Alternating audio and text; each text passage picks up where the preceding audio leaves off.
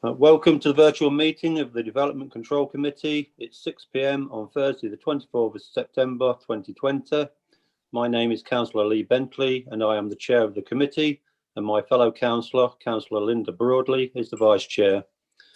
In accordance with the regulations made under Section 78 of the Coronavirus Act 2020, this remote meeting is being live streamed and recorded.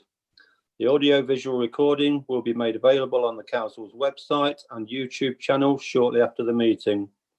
All participants are reminded to speak slowly and clearly in the direction of their device's microphone at all times. A reminder that mobile phones and other electronic devices should be turned off or put on silent mode, and those participating in the meeting should refrain from taking telephone calls. For the purpose of recording of attendance, I can confirm that the following councillors are present and participating in this remote meeting. Myself, Lee Bentley, Bill Bolter, the Vice Chair, Linda Broadley, Frank Broadley, Samia Hack, Priti Joshi, Jeffrey Kaufman, Amandeep Kaur, Claire Kozłowski, Helen Lloydall, Richard Morris, and Ian Ridley. We also have the following officers in attendance: Samuel Ball, trainee solicitor, who is acting as the Democratic Services Officer; David Gill, the Head of Law and Democracy and Monitoring Officer; Richard Redford, the Development Control Manager; Steve Tucker, the Democratic Electoral Services Manager; Adrian Thorpe, Head of Built Environment. For the purposes of regulations, I can confirm that before this remote meeting went live, all participants confirmed that they can see and hear all of the participants. This meeting will be conducted in accordance with the Council's adopted remote meeting procedure rules, a summary of which is attached to tonight's agenda for reference. May I also politely remind all participants that they must not act in a disorderly or disruptive manner or otherwise interfere with the Council's proper conduct of its business. Thank you. Right. Apologies for absence. No apologies received, Chair. Okay. No appointments of substitutes then? No. Declarations of interest? No. Minutes of the previous meeting, may they be signed? Move. Thank you. Right, report of the Development Control Manager, September 2020, application number 18/00354/FUL, land adjacent to 26 to 28 Station Road, Wixton, Leicester. Mr. Redford, would you like to give your report, please? Thank you, Chair. If we start off going through the PowerPoint presentation, so on obviously slide 4 shows the site. As members will be aware, this is an application that was presented for consideration last month and deferred to this month. Slide number 4 shows the site in its location on the corner of Pullman Road, Station Road. You can see the existing building at number 28, which is historically developed by the applicant. Slide 5 shows the proposed ground and first floor units, so you can see a number of the flats there. The area on the ground floor at the extreme top of the slide is the commercial unit. Next slide, slide 6, shows the upper floor contained within the roof space and the roof layout. The slides 7 and 8, so slide 7 shows the Pullman Street Road as is at the moment and as proposed. Slide number 8 shows the Station Road as is at the moment at the top and as proposed at the bottom. And we then move on to slide 9, which shows the site from the leisure centre on Station Road looking towards Pullman Road. So you can see on the left, on the top photo, the left-hand side is the existing building. You've got the tree that's just behind the traffic light. It's that site there. Slide 10 shows the site stood on Pullman Road. The extreme left-hand section of both photographs is Station Road for context. Bottom photograph shows the existing commercial unit beside the site. Slide 11 shows the existing vehicular access into the site with the shop on the right-hand side and the existing building on the left. So if you can move back to slide number 4, please, Sam.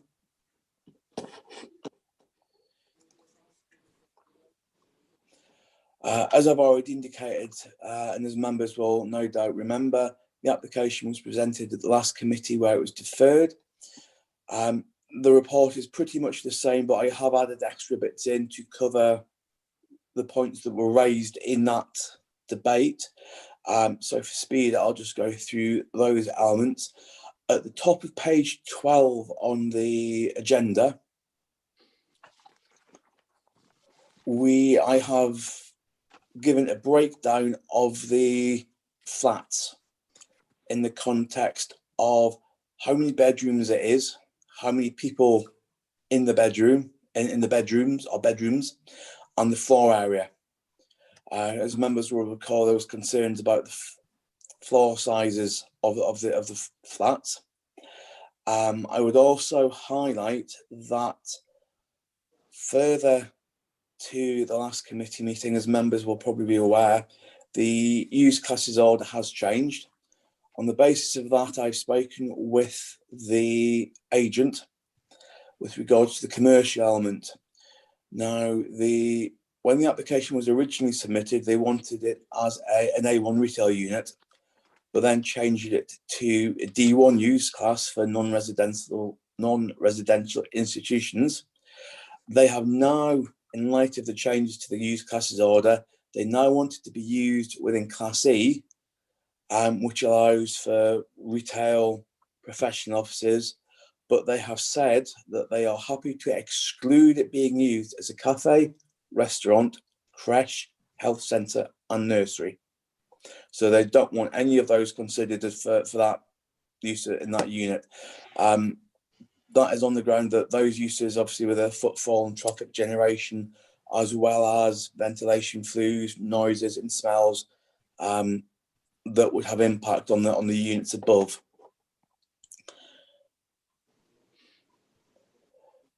Further to that, members raised at the last meeting questions with regards to the landscaping scheme of the proposal. I did ask the applicant, the agent, whether they would be prepared to provide the landscaping details in more detail for this meeting, and they said they would want that covered by way of pre-commencement conditions should the development be approved as per the recommendation. I also, on the back of comments raised last time with regards to the access arrangement and the location of gates within that Undercroft access point, I contacted Highways to get clarification. I have not received any, despite having chased them. However, I would draw members' attention to the conditions, and specifically, just find it myself.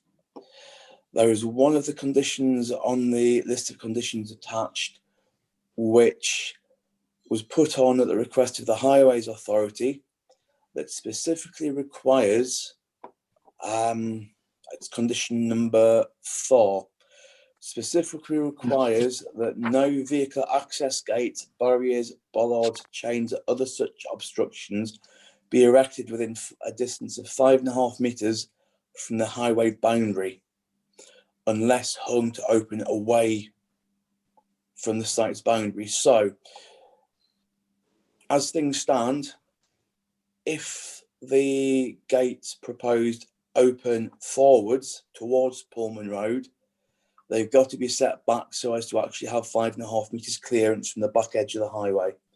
If they are hung to open into the site, they could, however, be moved forward.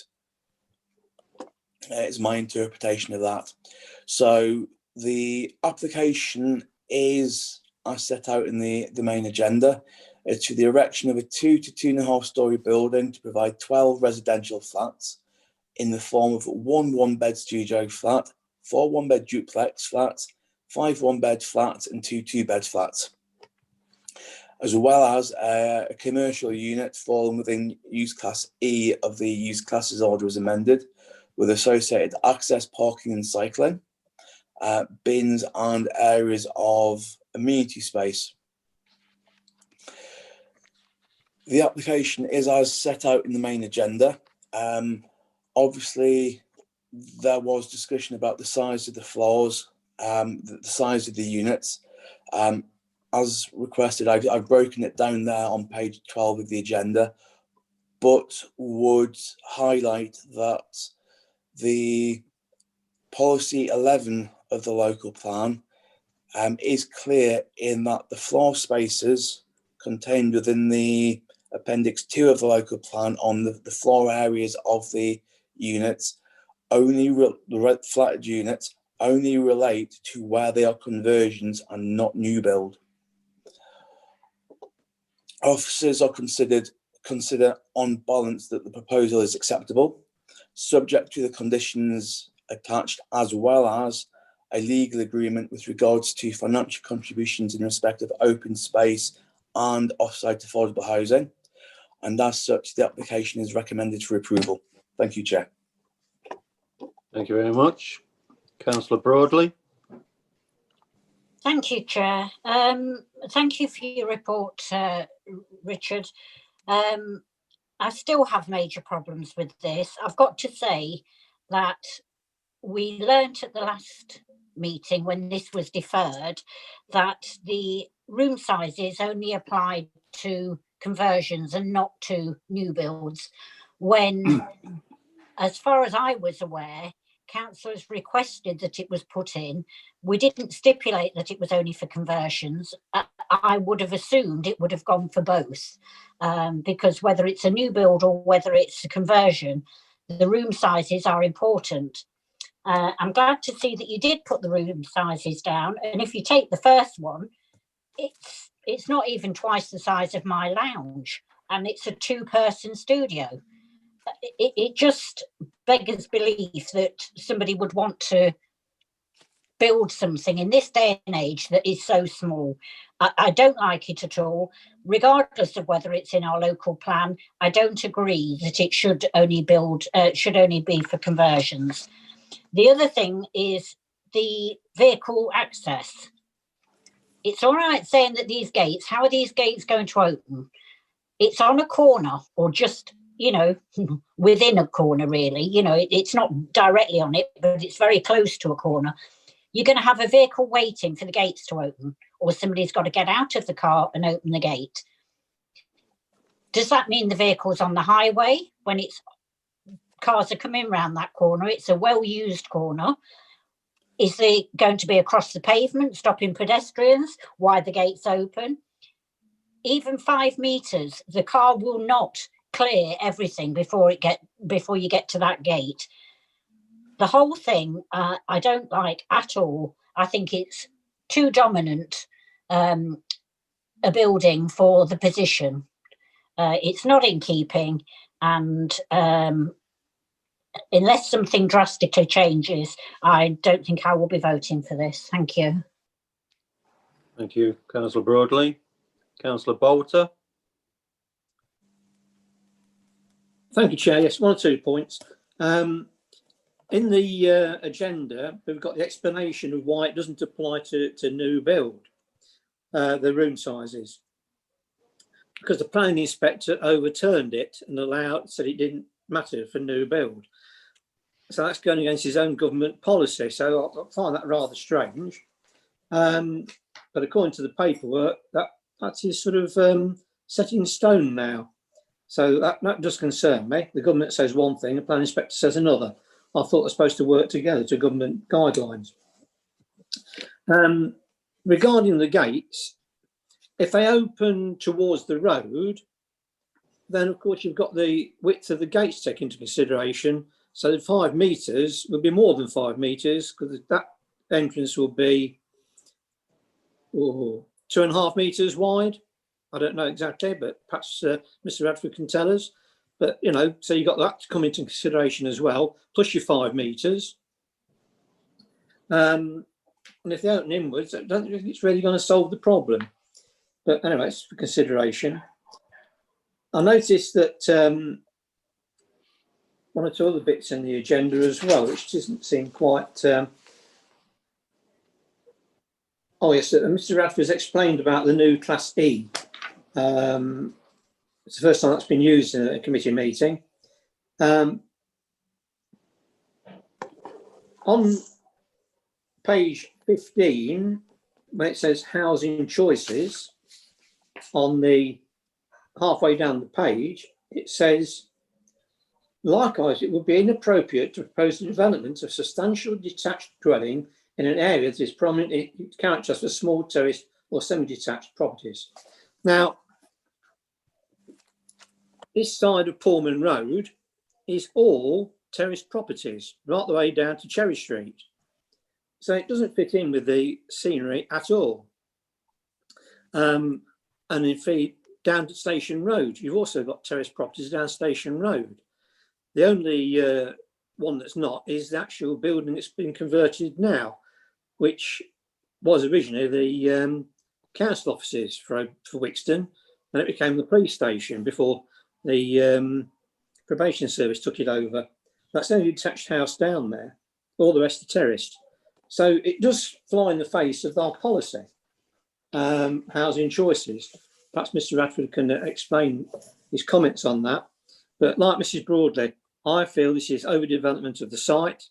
It's a large mass on that corner. We don't normally allow building on corners. The rest of the estate, we've stopped all building on the corners. This will be the first one that breaks that precedent we've set. I'm concerned if this goes ahead, the precedent, and all the other corners will get built on.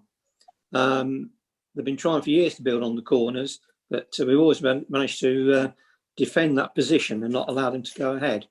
So perhaps Mr. Radford can make a few comments on that, please. Thank you, Councillor Bolter. Mr. Redford, there were a few questions in there regarding the width of the entrance, the distance the gates would be inside. Just explain a little bit more about the Class E use. The thing about the housing choices and going against the policy, and also about building on corners. But I believe we have also already allowed flats to be built on a corner. In terms of the gates, thank you, Chair. In terms of the gates, if we can have a look at page, the page that's got the floor plans of the ground floor. Please, Sam.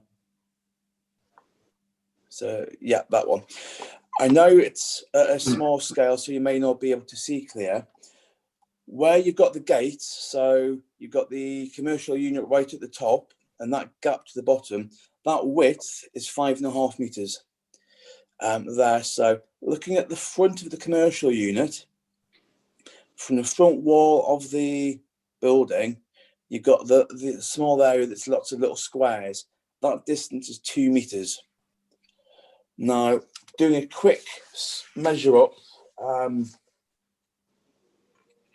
it, from where, because that drawing shows the gate opening towards the actual road. Now, from where the front of the gate is to the closest point of the footpath, given that it snakes slightly, is 6 metres. So where the flats start, where the footpath is just in front of the entrance door on the bottom side of the Station Road side of that access.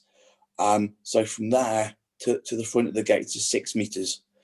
So you've got that 6 metre gap between the rear edge of the highway and the front of the gates.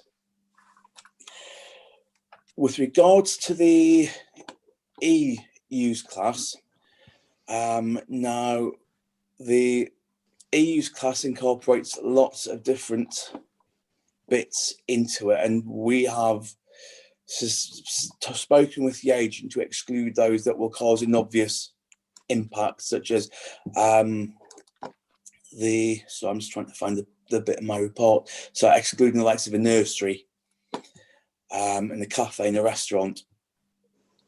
It includes shops that we've previously known as A1, includes office and professional services that historically fell within both A2 and B1, and one or two elements that formerly fell in use class D1 as well. Obviously, the government has introduced that. Whilst they did get input on from local planning authorities on their views, they came to the view that use class C entails all that, those elements, in order to provide greater flexibility within the areas. And I've tried to do it whereby, should members agree and move approval on this one, to exclude those that would have a significantly bigger impact. So excluding a restaurant and cafe where you've got the noise and the smells, the ventilation flue, excluding the likes of the nursery, where for what is a very small space, obviously increased cars, cooking areas, all those type of things. With regards to the comments in respect of the housing choices, could I pass over to Adrian on this one? So he can actually, with him knowing the policy side that in significantly greater detail than I do, he's in a better position to answer that. So Adrian, Okay. please. Mr. Fort? Thank you, Chair. I think the key point in relation to that policy was the reference to needing to ensure that development is in character with the local area. And indeed, there's a couple of other policies in the local plan as well that relate to character of the area. And I think the assessment of the case officer in his report concludes that the development proposed does fall within an appropriate character of the local area. The character in that area is quite mixed, but there isn't a predominant type of character to the area. And I think that's probably the main reason for reaching that conclusion. Okay, thank you. Would you also like to answer the question regarding policies about building on corners? There is no policy in the local plan that says that you can't build on corners, Chair. Okay, thank you. Mr. Redford, Yes, Chair. could you also answer the question regarding building on corners? I believe we allowed building a block of flats on a corner. There have been one or two developments on corners. I think one of the other things to bear in mind with this particular site is, if we go to slide 4 of the PowerPoint presentation, we can see that, yes, quite right, it is a corner plot, but by the same token, if you look at the building line on Station Road, it is in line with the nearest adjacent building, number 28, and only marginally in front of number 40 on the other side of Pullman Road. Whereas if you look at the building front proposed frontage that goes on to Pullman Road, where it is adjacent to number 18 at the top, which is the commercial unit, members will see that it is set ever so slightly behind that, and then steps forward in order to try and ensure that it's not as close as to the corner as they could have actually tried to get, and still sat within the building lines of both Pullman Road and Station Road. Okay, thank you. Councillor Bolter, would you like to come back on that? I don't know where you've got these flats in this locality on a corner. I can't think of any of the flats on a corner that have been built. Ayleston Lane. I'm not in this locality. That's different. This is in their locality. Also, I'm a bit concerned about the mass of the building as well, coming into that area. And Mr. Thorpe didn't answer the point that the rest of the houses in that area are terraced. This one is not. Okay. Thank you. Councillor Lloydell. Yes, thank you, Chair. There are a number of things. Councillor Walters covered one or two of them. I'm a bit concerned because when you look at the history of this site, we approved an application for self-contained flats on this site way back in I can't remember, there's not a date put down here, but it was for 6 self-contained flats, which I had no problems with, but we now have 12 contained flats on this site. I can't call them flats, I call them hobbit holes, because like Councillor Broadley has said, they do not meet the national standard. They are way below the national standard. There are going to be possibly 29 people pushed into these flats, these hobbit holes, and life in these flats are going to be unbearable in the future. God forbid if we have any pandemic in the future, because the people in these flats are going to have nowhere to go outside apart from that patchwork piece of grass in the middle. So we have doubled the number of flats on this size by decreasing the size of each flat. That in itself is criminal. Now, we are being told by our officers that they put in and placed before the inspector our policy, and it was the inspector that took out of our policy the size, the national standard size of flats in new build. I would like to know why we did not challenge the inspector who was going against government guidelines, because this is forcing residents into substandard properties, which should not be allowed. And if the government are saying one thing with national standards, why is an inspector allowed to get away and not be challenged by saying something opposite? And as a result, residents will suffer.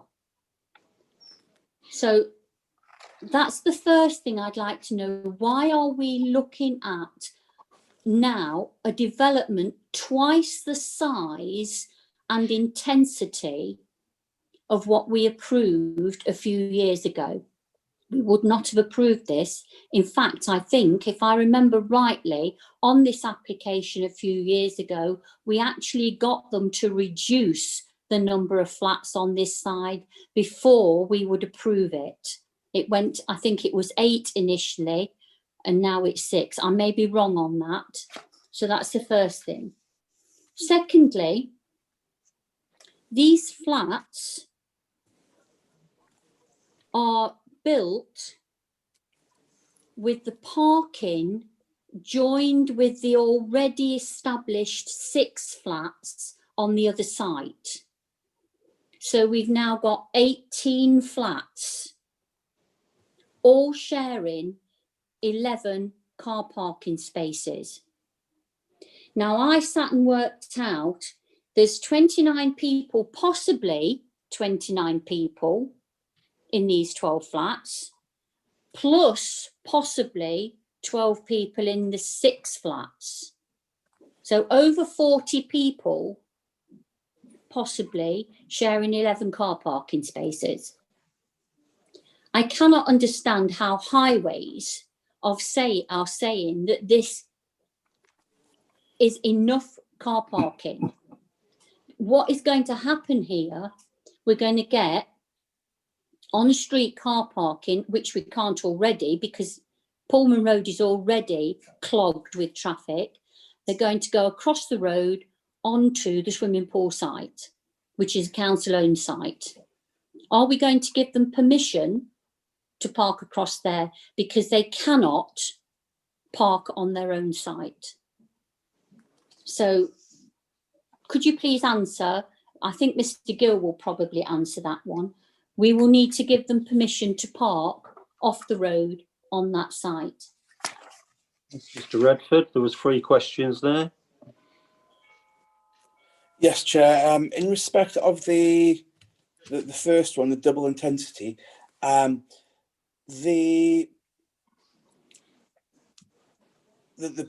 permission that's quoted in the agenda on page 12 for the change of use from offices to 6 self-contained flats,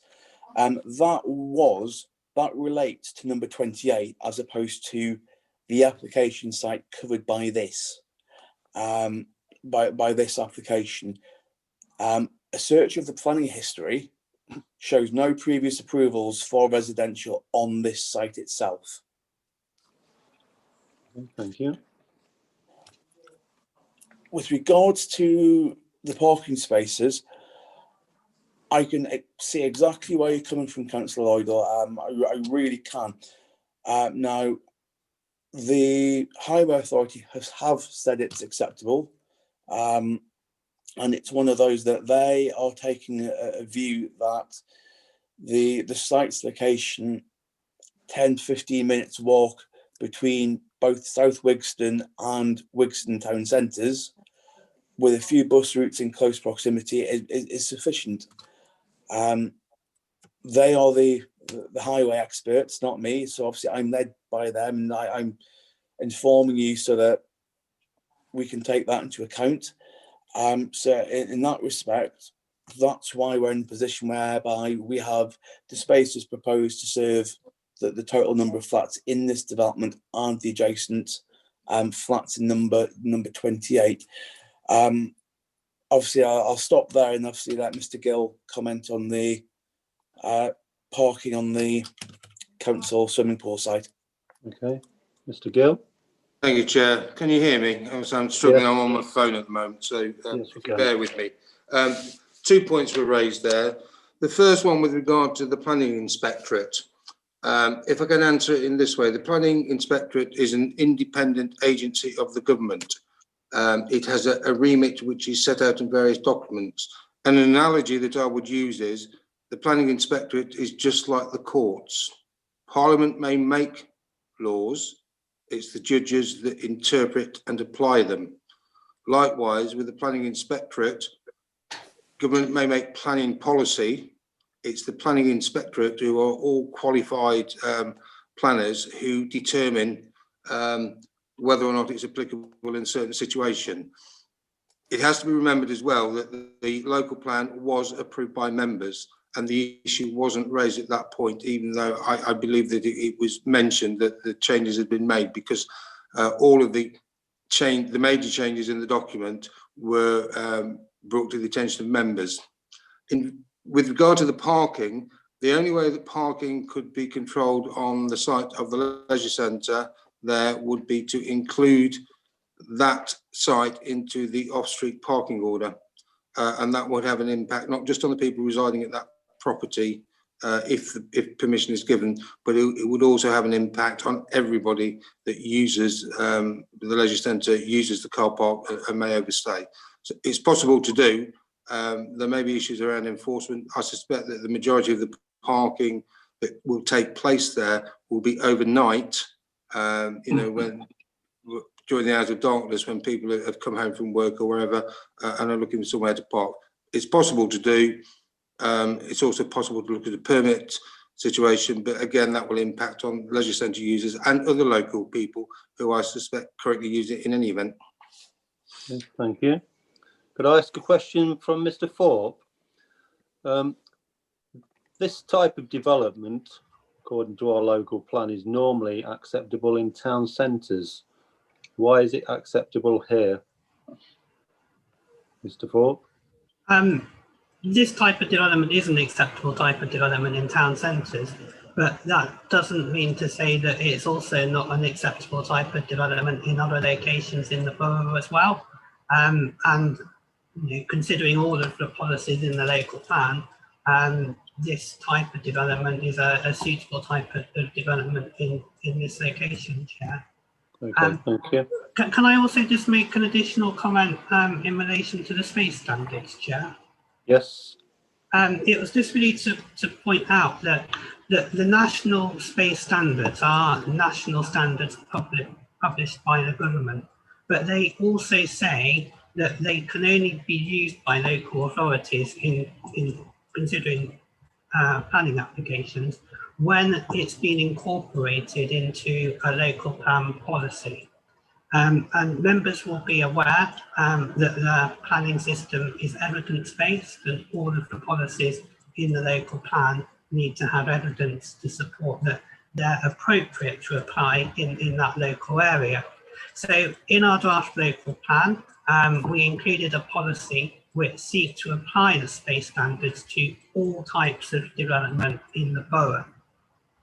There was a significant objection to that draft policy when we undertook the public consultation, which was considered by the planning inspector at the examination. The council had a good degree of evidence to demonstrate that there had been issues in the borough of conversions which resulted in homes that did not meet the standards, which is why the planning inspector considered that it was appropriate to apply a policy in that respect. What she didn't consider we had enough evidence in relation to was there being an issue with new build development not meeting the space standards. And that's why she required the policy to be amended to remove new build from policy. And as Mr. Gills just explained, the planning inspector has the jurisdiction to make a decision like that when considering a local planning examination. thank you. Councillor Morris? No, can I come back, Chair? Oh, I haven't finished. Yes, Councillor Lloyd, oh, yes, of course. Yeah, and I thank the officer for that explanation. I understand as well that quite a number of developers complained about new builds being taken into account with this. I can understand why developers would complain about that, because this gives them the right and the permission to build ever more smaller properties and flats for people to live in. I'm concerned about the state of these properties in years to come and the residents who live there, their physical and mental health living in these tiny little places. It's all right for a holiday home for a week, but when you're spending your life there, then it's a serious matter. I'd like to please ask Mr. Redford, and I've no doubt Mr. Gill will join in. I'm looking at overdevelopment of this site, because I believe if we had, I don't know what you call it, but if we had a video structure of this building actually be put on that site, the whole of that corner and the whole of the light would be completely obliterated. It's very dominant on that corner, very dominant. And I believe that it is overdevelopment on the site and domineering in the street scene. And it is too intensified with too many flats in a small space. Now go on, tell me that everything is fine and I've not got a leg to stand on. Mr. Redford? Sorry, I'm just writing this down, so bear with me a second. Sorry, did you say something, Mr. Redford? Sorry, No, I was just writing what you said down, Councillor Loyal. Right. Obviously, the report that is in front of you has a favourable recommendation. For myself as the case officer and as the development control manager, I and the team, and obviously Adrian has seen this as well, as has Dave, to run the rollover bits. Our thought is that it is acceptable. However, as you're aware, members are within their rights to come to a differing view, should they have a differing view. And so long as, should they have a differing view, there's the need to remember that any refusal reason needs to be on strong planning grounds.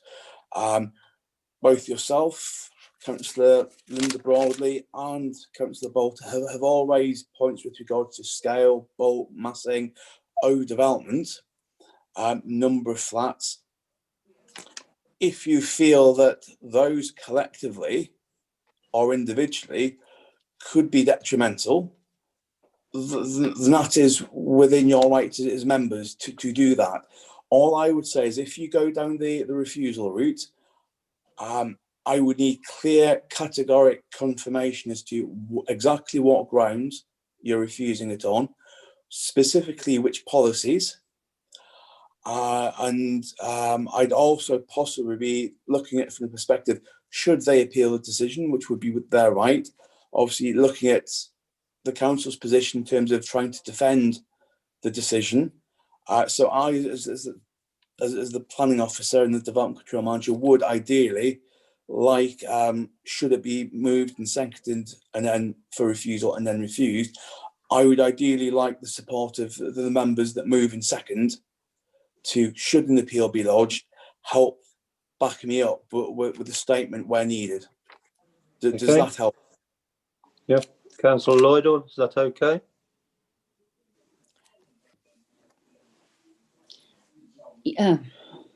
There's not an awful lot I can say to that, is there? Mm. Because we're not going to get backing from the officers. We're not going to get backing from county highways.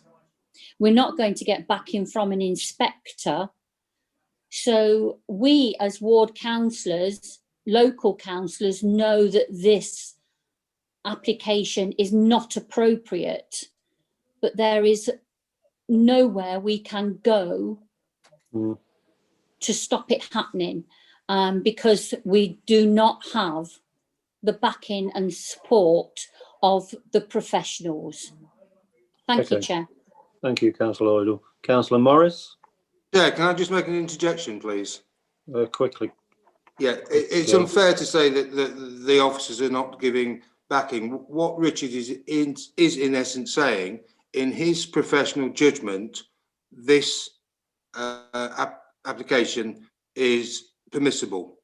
If members choose to go down a different route and choose to say that they don't want to accept it, it is down to members to provide sound planning grounds. We understand that. Mr. Gill, we do understand that, and we do understand what Councillor Lloyd was saying as well. There's no confrontation here. There's no confrontation here, but members do have the right to their opinion. So we understand what you're saying. Okay. Councillor Morris. Thank you, Chair. I'm just wanting to pick up on the gate issue. Can we stipulate the type of gate? Because if we don't have a gate there, then fine, but you're creating an all-weather shelter and you're going to have the street lighting to provide the lighting, and therefore you possibly could have young people wishing to congregate there because they can't go on the parks because the parks are currently closed, and they might not want to go on there because there's not much lighting on the parks. You've suddenly got a nice 5 metre wide area where you're protected from the elements and you could shelter it. And I've seen it in other areas and I know what happens, and I know exactly that those sort of areas do attract young people because they want to stay out the wet and they don't want to stay at home. So my question is, can we stipulate the type of gate? Because there's so many different gates available, and there's gates that can sense when the certain cars are coming close and will open. And certainly we wouldn't want them opening onto the path, but inwards so that they could drive straight on and not create traffic things. But that's only if we can stipulate what type of gate, and not the builder putting up just any type of gate that you've got to park up and get out of. So that was my question. But if we don't go with the gate, fine, but you are definitely putting an all-weather shelter there with lighting, and that will be appealing. Mr. Redford. I think it would be reasonable in relation to that, because you've got the condition on to try to that highways want to get enough under depth, which I think supports your position, Councillor Morris. In terms of the details, I think, just quickly running through in my head, I think a condition requiring details, full details of the gate design, how it's going to open, etc., could tick all the requirements for a condition. So that is something that could be put on as a pre-commencement, so that before they do anything, the details have got to be submitted and approved, so that we secure inward opening gates, and at the same time, if we can get the sensors so that they open the occupiers, assuming rental, have a key fob or something, so as they approach they open, great. But in theory, I think it's something we could do, yes. Okay, thank you. Is that okay, Councillor Morris?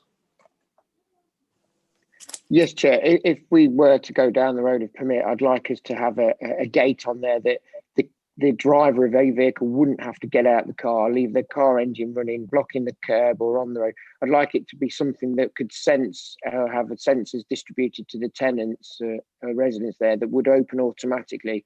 So, because if not, you will entice young people to be there, because it will be an all-weather shelter. There's no two ways about it. It happens in other areas. So if that's the way that the committee decides to go, I'd like us to be able to stipulate the correct type of gate if we go down the road of permit. Okay, thank you. Councillor Joshi? Thank you, Chair.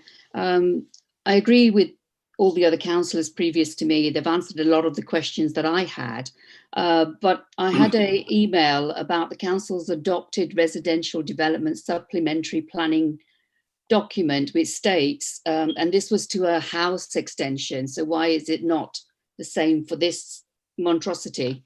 The side extension to existing residential dwellings situated on a corner plot effectively become front extensions and ultimately can have a major impact upon the appearance of the street scene. It is for this reason that they are deemed unacceptable unless exceptional circumstances dictate otherwise. So it goes on to say that it's unduly dominant and massing. So how come that policy isn't applied to this particular building? I'm in agreement with everything that's been said. I think it's wrong. I think it's massing, it's overdeveloped. But if that policy has been applied to houses on a corner plot, which are more rural than this particular building, why is that policy not applied to this particular building in the same respect? Mr. Redford? Well, obviously, as members will see from page 14, that residential supplementary design guide is one of the documents that we've used in consideration of this. In this context, there's a need to remember that, obviously, without knowing the specifics of the other ones that you were referring to, Councillor Joshi, it is separate from the immediate adjacent properties on both Station Road and Pullman Street. As I've already indicated from the site location plan, it is in line or set back from the building lines, the immediate building lines on both of those roads. So from our perspective, we accept that obviously a building on a site where there's currently nothing is going to increase bulk massing and prominence. But at the same time, because of the following of the building lines and the heights being generally comparable with the immediate area, that's why we consider in this case to be acceptable as per the provisions of that residential development SPD. Okay. Councillor Joshi, is that okay? I don't think we can say it's comparably comparable, because it has to be the same, certainly. Should it not? You know, that's giving us the caveat to say, well, we'll build it like this as long as it's in line, but we can build it higher than the existing buildings, which isn't the rule. Mr. Redford? Noted. I think if we can, so I'm just going to find the right slide on the PowerPoint. If we look at the two street scenes, so the first one on slide number 7. So obviously slide them. So yeah, that one. So that shows the Pullman Street side. So the top one is as it is now. We can see that the section of the building closest to Station Road, which is on the left, is higher than the existing property, adjacent property on that's the shop on Pullman Road. And when you look at the bottom one of those elevations, yes, the building closest to the shop on Pullman Road, it is higher. But you look at it across its length, the length of that frontage, I would argue that the positioning of openings, it not only has a terracing appearance, but the variation in building line reflects both, reflects the building height that you can see on Pullman Road from that street scene. So the height of where the shop is, as well as the existing building that's being converted. Now, obviously, looking at slide number 8, which is the Station Road street scene, you can see there that the elevation that fronts immediately onto Station Road, it's the same height as number 28, which was converted. And also, if you carry the ridge line over to the other side of Pullman Road, you can see there that it's the same height. Hence why I was saying comparably it's ties in with both. So, I mean, obviously that's my opinion. You're entitled to your own, and obviously we can go from there. Okay, thank you. Okay, Councillor Joshi. Okay, well, I'll stick with my opinion. Thank you. Okay. Could I ask Councillor Morris and Councillor Joshi, can you put your hands down, please? Councillor Hack. Thank you, Chair. Just a couple of questions. Firstly, can I ask Mr. Radford about the Class E use? He mentioned that some of the uses as a cafe and nursery are going to be excluded. Is that going to be covered with the planning permission, or is it just as the owner's discretion? Mr. Radford. That's the first question. That is, I'll just flick through my report. I'm 99.9% certain I've conditioned it, but I'm just checking for certainty. Condition 14 doesn't seem to have it in. Condition 13 has things in there. Yes, so uses, but doesn't say anything that can't be used for. So yeah, condition 13 says that within the order,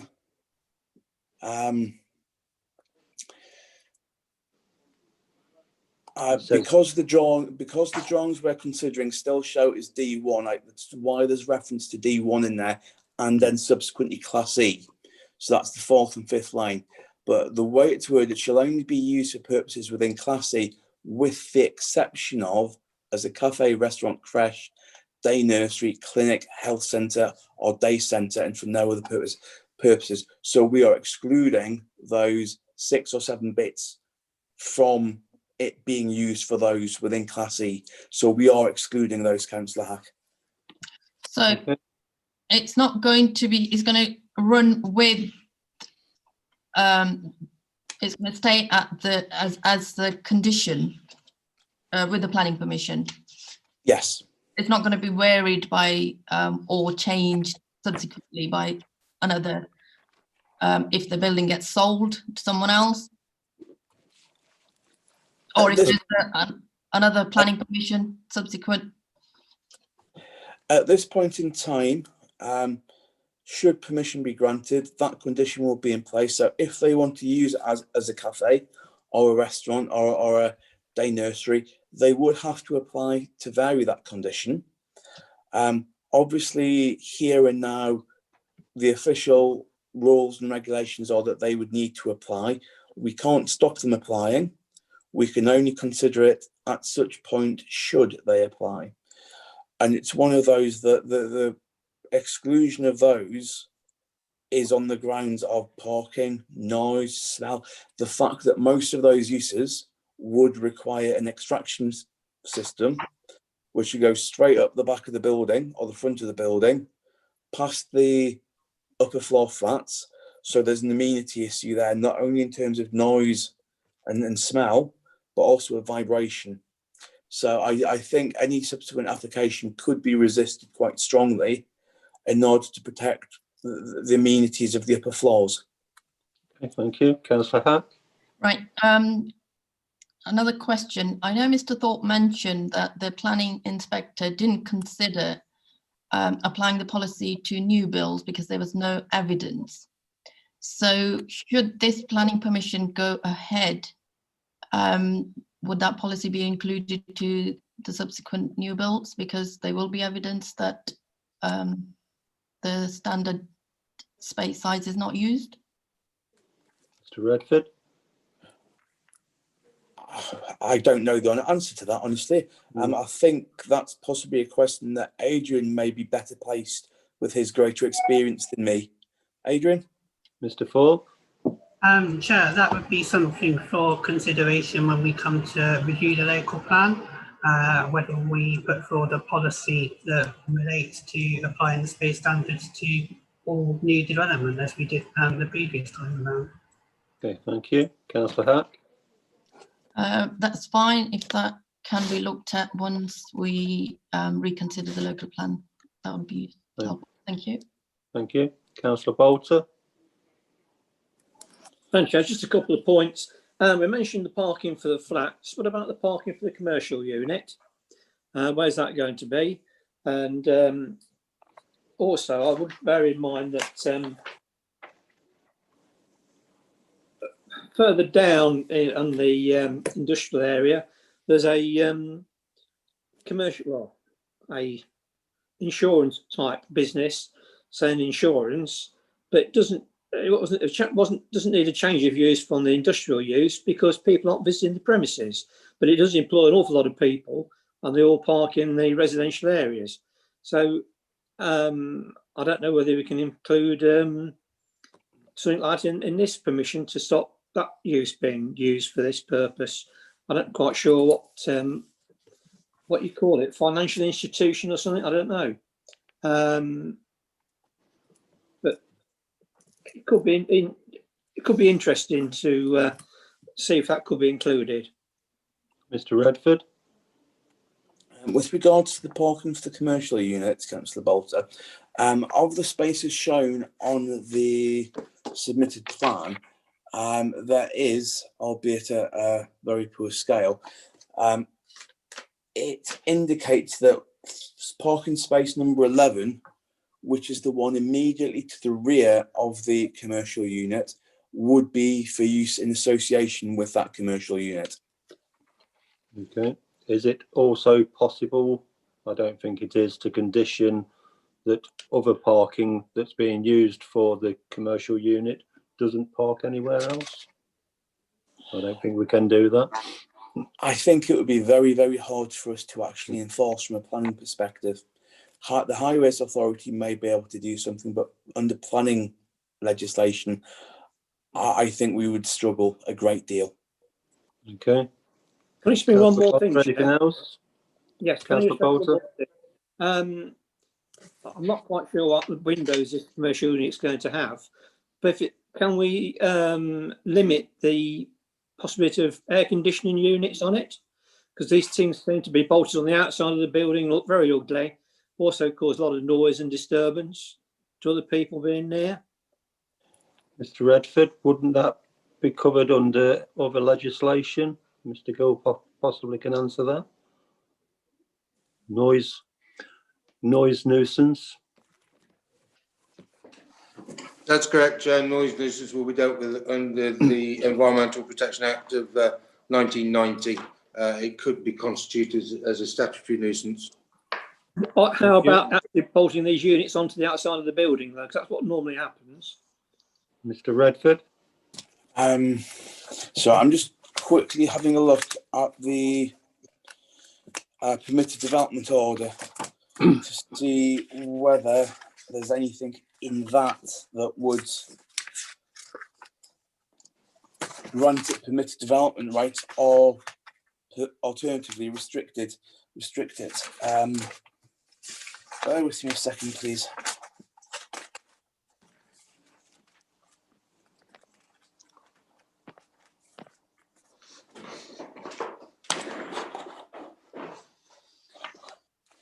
I think we could, in theory, attach a condition saying that no external ventilation system could be added without first having had details submitted to and approved by the local planning authority, because at least that way we could get the details in, design, appearance, location, noise details, and we could discuss that with environmental health, so we can cover it firmly under both bits of legislation and include long-term maintenance monitoring as well. So I think that could potentially be covered by condition. Okay, thank you. Is that okay, Councillor Bolter? Thank you. Chair, Yeah. can I just make a slight interjection? I'm just quickly Yeah. looking and it would appear that air conditioning units may fall under permitted development rights. So if you're going to ask for a condition, I think you need to leave it very loose so that the officers can actually confirm whether or not they can condition it. Otherwise, we might find ourselves in some difficulty later on. Okay, thank you. Councillor Kaufman? Thank you, Chair. Yeah, I think we're stuck with this. I'm extremely disappointed because I thought that we had means of controlling these size of flats. But I think at the end of the day, if we get some gates in, which Councillor Morris was, I think, proposing, and that we can get approval for something like that. Can I go to this parking business? There are, remind me how many flats? 12 in this one. And how many new parking spaces to accommodate them? There was 6 on the previous one, so 5 additional spaces. Right. Is there a way that we can insist that they nominate flats for specific car parking spaces, and that the flats that don't have a car parking space have to be sold with the no car parking space with this? I say this, my son has got a flat in London, and when he purchased it, it was made clear that there were no car parking spaces associated with his flat. So anybody buying it bought it on the basis, well, you may find a car parking space somewhere else, but buying this does not give you a right to a car parking space.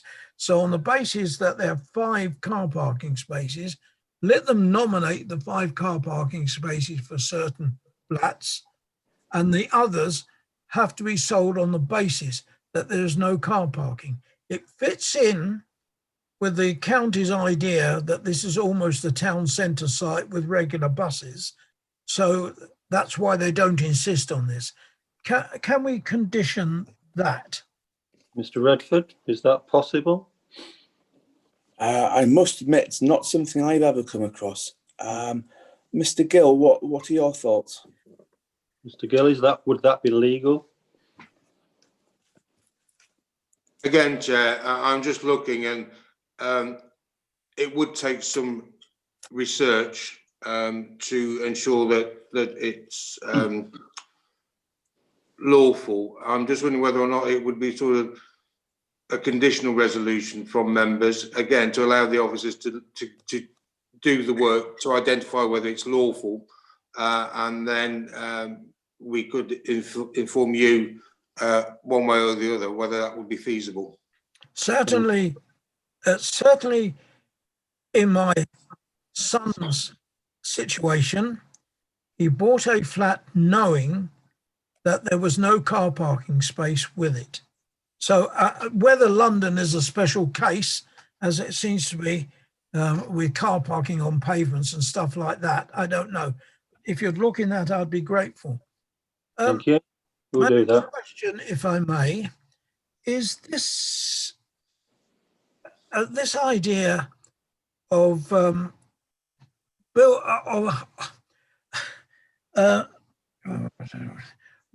if I'm a resident living in that block of flats and I've got one the size of a telephone box, tell me the logic. What difference does it make if my telephone box was a result of a conversion or a purpose-built telephone box, and I'm stuck in living in that?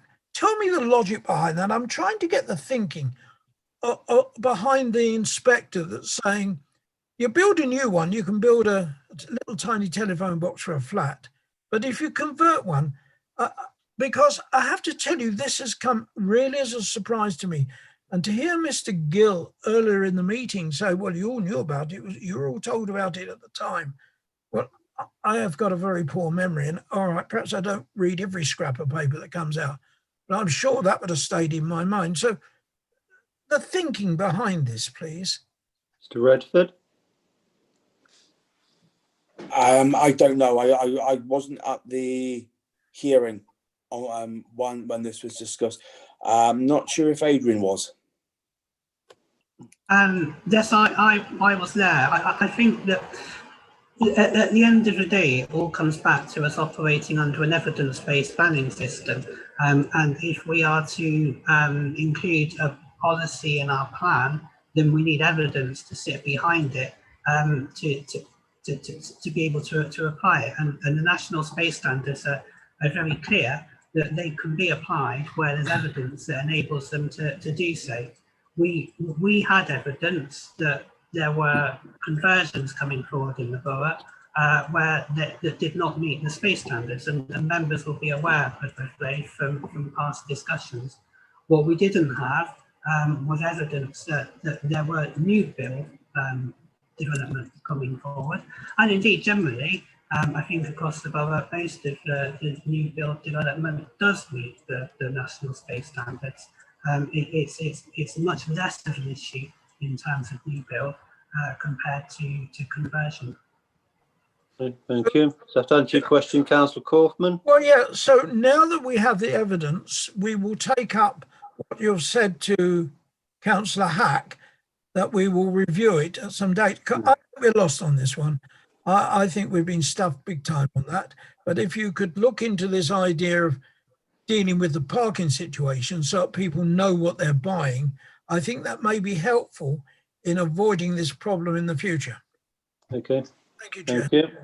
We have two more speakers, then I think we need to move on. Councillor Lloydell, you wanted to come back? Yes, thank you, Chair. Yeah, and I'll second that condition going in, that we look at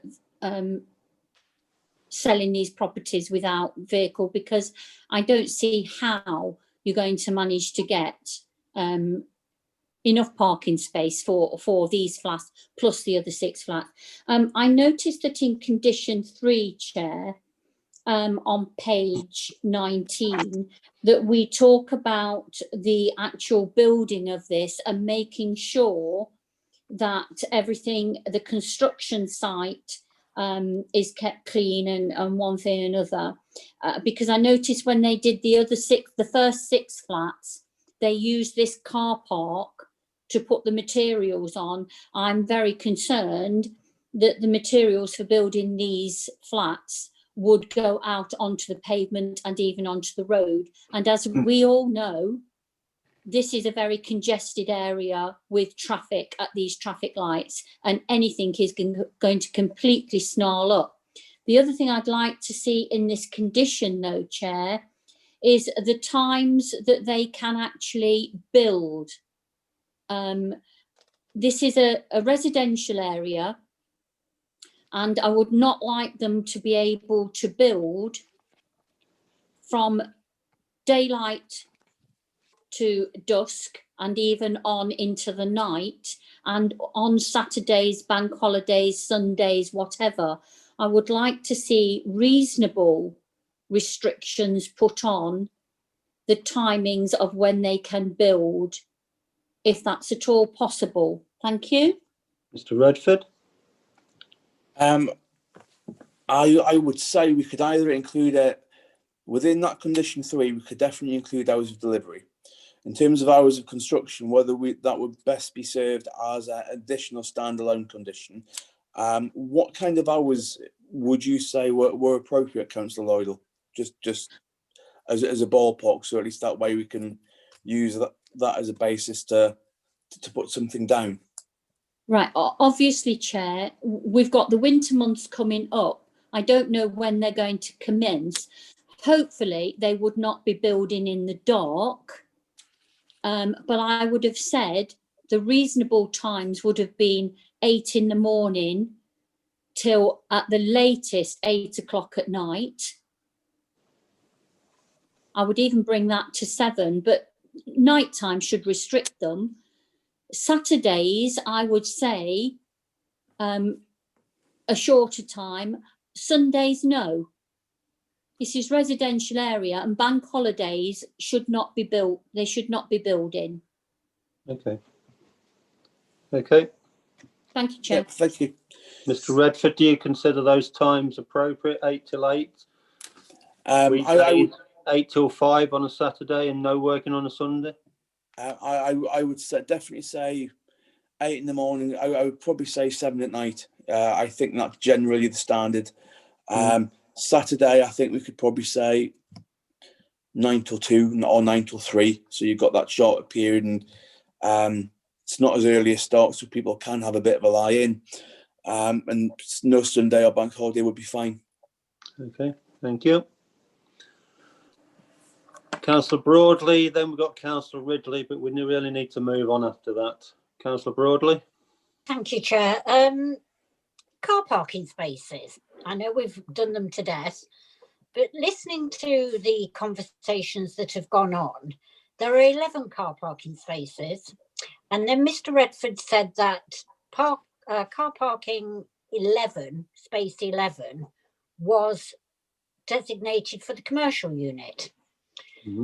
Presumably, it'll be for whoever manages the commercial unit and not the customers. So therefore, the customers of this commercial unit will have to find somewhere to park on an already totally congested street. Residents struggle to park, let alone anybody else. If they then park outside the commercial unit, that part of Pullman Road just past this development is one way. Well, it's two way, but it's you have to let one go because you can't. It's not two-way traffic. So where are the people for this commercial unit going to park that are visiting or going into the commercial unit? Because there's only one space. And having said that, that one space means there are then only 10 car parking spaces for the flats, because that's designated for the commercial unit, he said. So actually, we've actually cut down on the parking spaces. So as Councillor Lloydell said, you're going to have 40 people and 10 car parking spaces, not even the 11 that was stated. Thank you. Redford. In terms of the customers, obviously the customers would have to park elsewhere where there are spaces. For the simple fact that, as the drawings have shown, that they are showing gates. We've discussed gates to show that that area would actually be blocked off to customers anyway.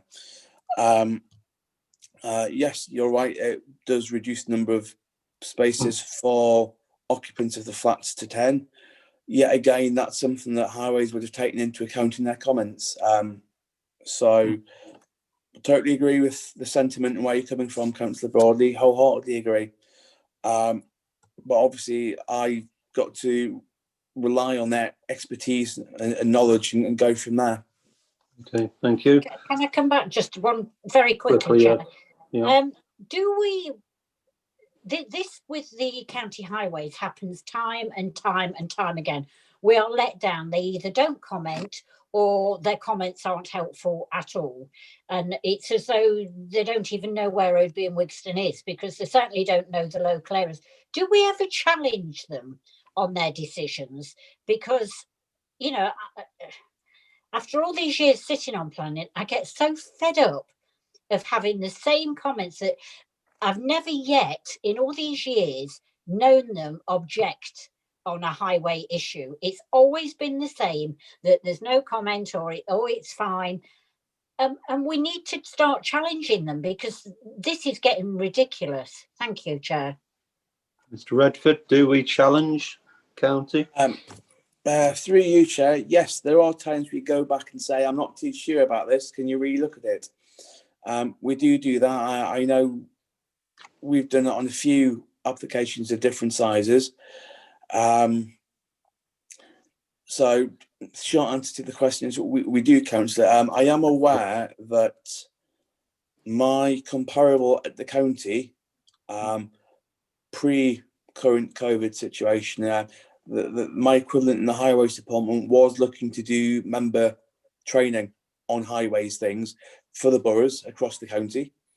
Obviously, COVID's had an implication on that, but I know that they are starting to look at alternative ways of delivering that, and it's one of those that I have wholeheartedly said to them, my members would, well, from my opinion, I think it would be really advantageous, because at least that way they can hear what you as the local members say, who know the area, know what the residents have to put up with, know what the businesses have to put up with, and can relate to them, and they can take into account.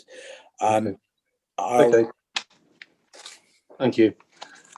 Before we move to Councillor Ridley, I think it's about time we had a motion put on the table. So I will move to permit and ask for a seconder on that. If you can all think about that while Councillor Ridley's speaking. Councillor Ridley. Thank you, Chair. First, a very brief point, hopefully. I just wanted it noted, and also for future evidence for future revisions of the local plan, that looking at the floor space for the flats, I believe only 2 out of the 12 have sufficient space to live in according to the national space standards. So if officers could check those calculations, or make sure it's noted that how much this development doesn't conform to those standards, so we have that evidence next time around. Thank you. Thank you, Councillor Ridley. All right, do I have anybody that would second my motion to permit? I'll second it, Chair, but there's some amendments. Yes, I'm going to look at that. But to get it moving, I'll second it plus the amendments if it's helpful. Okay. Right, so we've got the motion moved and seconded to permit, but we've got some alterations to the conditions that we need to vote on first. I've written these down, but Mr. Redford, if you can confirm this, it's the type of gate design, detail, and the way it's operated to prevent highways problems. Officers looking into the ventilation systems if air conditioning is to be put in. Looking at the conditions if it's allocated parking is lawful. The times of working conditions 8 till 7 weekdays, 9 till 3 Saturdays, no Sunday or bank holidays, and deliveries to site being placed on the site and not on the highway. Is that all correct? Yes. Okay. Could I have a show of hands on those conditions? I will move those conditions. Councillor Kaufman, I believe, seconded moving those conditions. Can I have a vote on all in favour or against those conditions? Chair, are you asking me to take a recorded style vote? Yes, please. Okay. Councillor Bentley. Move. For, or we're doing for? Yeah, sorry. Councillor Bolter. For. Councillor Broadley. For. Councillor Frank Broadley. Could you unmute yourself, Councillor Frank Broadley? And Linda sort him out.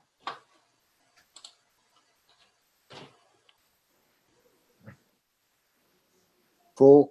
Thank you. Councillor Hack.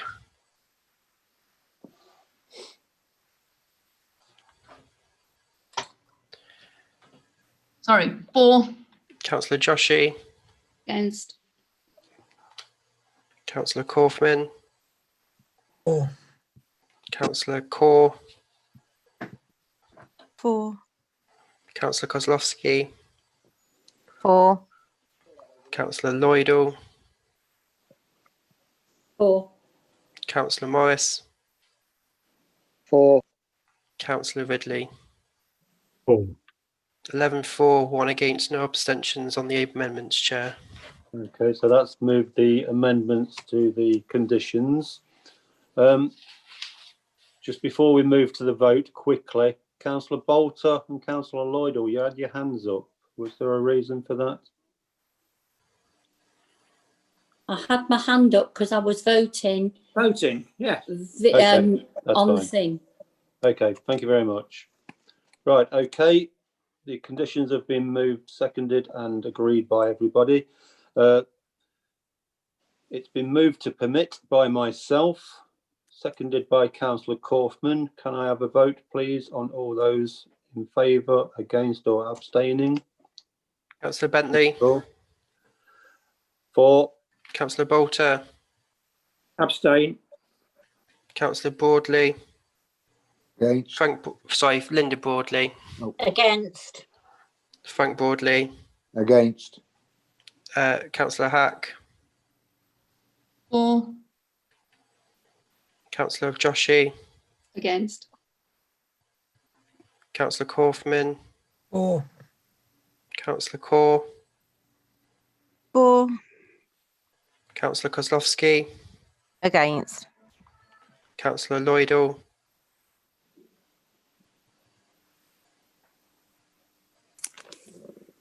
Against. Councillor Morris, 4, Councillor Ridley. 4. I've got 6 for, 4 against, 1 abstention. I made it 5 against. Can you check that? Sorry, Chair, you are right. 6 for, 5 against. On that basis, then the application is approved. I don't believe there's any other business for us, so thank you very much for your attendance and good night.